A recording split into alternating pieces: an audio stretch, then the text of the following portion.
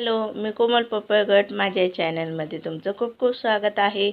आज आपण बघणार आहोत चिकन भाजी कशी करायची। आवडल्यास माझ्या चॅनलला लाईक आणि सबस्क्राइब करायला विसरू नका। चला तर आपण व्हिडिओ सुरू करूया।